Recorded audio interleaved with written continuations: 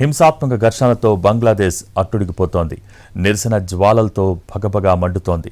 ప్రభుత్వ ఉద్యోగాల్లో కోటాకు సంబంధించి ఆందోళనకారులకు అధికార పార్టీ మద్దతుదారులకు మధ్య జరిగిన ఘర్షణలు హింసాత్మకంగా మారాయి. దాంతో 14 మంది పోలీసులు సహా సుమారు 100 మంది మృతి చెందారు. వందలాది మంది గాయపడ్డారు. వీరిలో 300 మంది పోలీసులు ఉన్నారు. శాసనోల్లంఘన ఉద్యమానికి పిలుపునిచ్చిన నిరసనకారులు, పోలీసులు, ప్రభుత్వాధికారులు తమకు మద్దతుగా నిలవాలని కోరారు. ప్రధాని హసీనా తన పదవికి రాజీనామా చేయాలని డిమాండ్ చేశారు.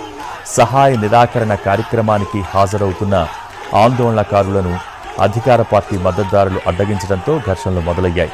నిరసనకారులను చెదరగొట్టేందుకు పోలీసులు టియర్ గ్యాస్ను ప్రయోగించారు. స్టన్ గ్రెనేడ్లను ప్రయోగించారు. పరిస్థితిని అదుపులోకి తెచ్చేందుకు పలుచోట్ల భద్రతా బలగాలు కాల్పులకు దిగాయి. నార్సింగ్ ప్రాంతంలో అధికార అవామీ లీగ్కు చెందిన 6 నేతలను ఆందోళనకారులు కొట్టి చంపేశారు.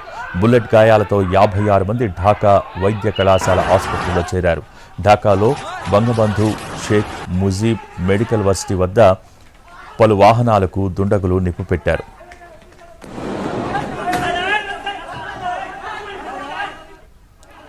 ఘర్షణల నేపథ్యంలో దేశవ్యాప్తంగా నిన్న సాయంత్రం 6 గంటల నుంచి బంగ్లాదేశ్ హోంశాఖ నిరవధిక కర్ఫ్యూ విధించింది.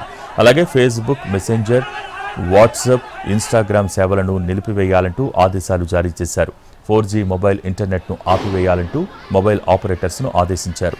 ప్రజా భద్రతను పరిగణనలోకి తీసుకుని నేటి నుంచి 3 రోజుల పాటు సెలవులు ప్రకటించారు. మరోవైపు నిరసనల పేరుతో విధ్వంసానికి పాల్పడేవారు విద్యార్థులు కారని, ఉగ్రవాదులని ప్రధాని హసీనా పేర్కొన్నారు. చర్చలకు ఆహ్వానిస్తూ శనివారం ఆమె ఇచ్చిన పిలుపును యాంటీ డిస్క్రిమినేషన్ స్టూడెంట్ మూవ్మెంట్ తిరస్కరించింది. ఇటీవల ఇదే అంశంపై చోటు చేసుకున్న ఘర్షణలో దాదాపు 200 మందికి పైగా పౌరులు ప్రాణాలు కోల్పోయారు. బంగ్లాదేశ్లో ఉద్రిక్తతల నేపథ్యంలో అక్కడ భారత పౌరులను కేంద్రం హెచ్చరికలు జారీ చేసింది. బంగ్లాదేశ్కు భారత పౌరులు ఎవరూ వెళ్లవద్దని సూచించింది. సహాయం కోసం బంగ్లాదేశ్ ఢాకాలోని భారత హైకమిషన్ను సంప్రదించాలని తెలిపింది.